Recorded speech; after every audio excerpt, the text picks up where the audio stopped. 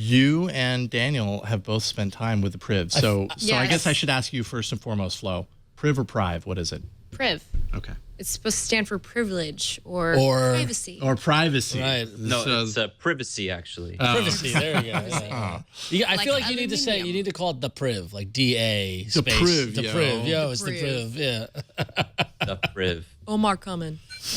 Drake calls it the Priv. The Priv. So what do you guys think? I think it is an interesting device. I actually gave it a pretty good score. Wow. I gave it a 4 Yeah, so you out have of a 5. review up on Greenbot. Yeah, I have a review up. I gave it a 4 out of 5. It's actually a really good implementation of Android. It's actually a pretty good Android phone. The only thing is that I wasn't really impressed with the keyboard. I actually thought it was a little too small for me. Little getting used to. I'm not. It's too small for you. How big is it for me? And well, the problem is that I had longer nails when I wrote this review, and I was just thinking like, this phone is made for people with shorter nails. Like they can, I don't know. Maybe it's just the way that I type. It didn't work, but there was a bit of a learning curve. Eventually, I got to get used to using it, but it was still kind of weird. But it has really, like, it has a really good camera, actually. Like, really decent. It's not amazing like the GS6 or the LG G4, but low light, you know, performance is pretty dang good, even if it does overexpose a little bit.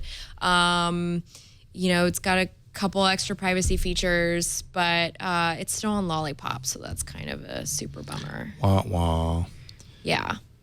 Now, Daniel, you've also posted a review of this, and actually, I think, do you have it in hand right now? Yeah. Hang on. Oh, I can't wait to see this in person. I got her. Excellent. Show me the slide. Oh, yeah. There we go. What do you think? What's your take? Waterloo did good. They made a good phone. They are overstating the privacy advantages by a lot. Yeah.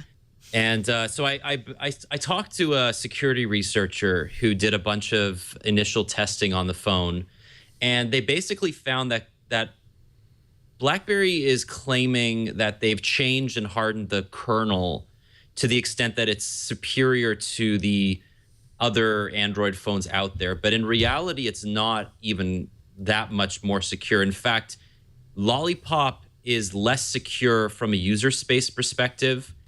And because the hardening of the kernel is only referencing a bunch of improvements to the Linux kernel rather than actually implementing them.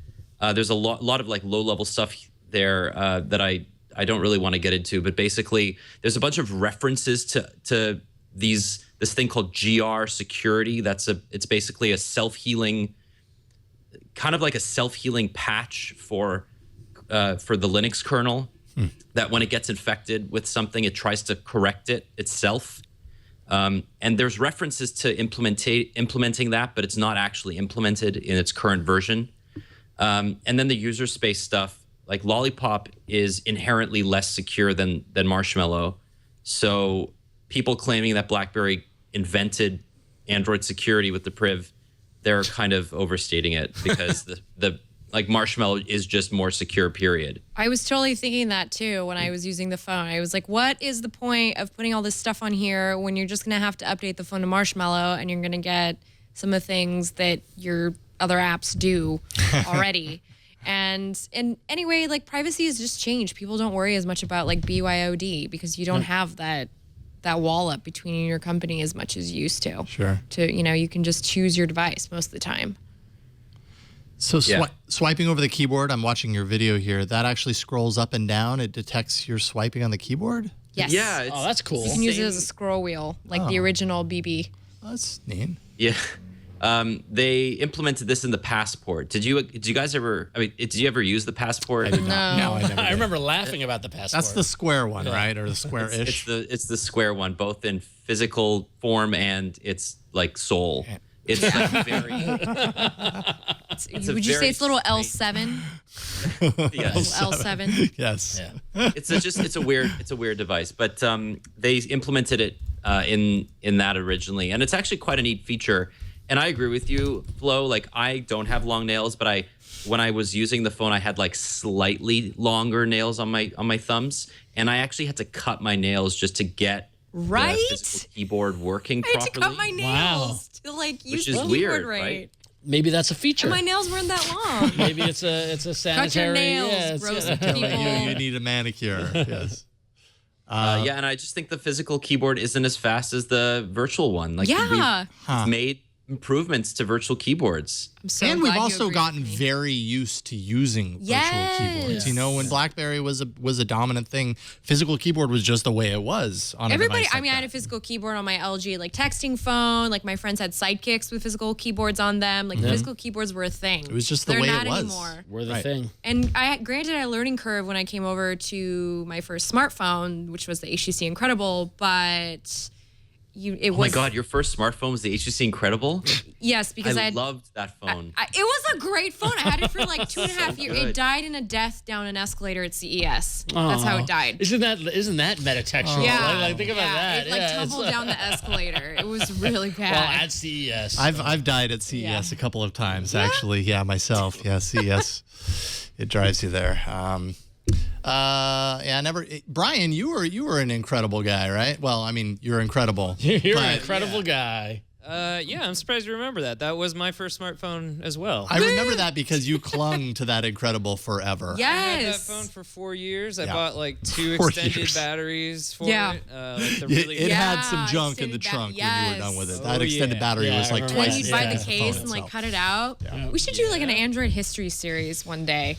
Android Down. history. Like our got almost all Android of our those. Android journeys. Yeah. Yeah, we should. Yeah, I like that'd that. Some of the old stuff. Let's remind ourselves of that. Let's add it when there's a slow news week. Let me tell you what phone I've never never happened. had. What? I've never had a BlackBerry. Oh, I have. I had one. Mm-hmm.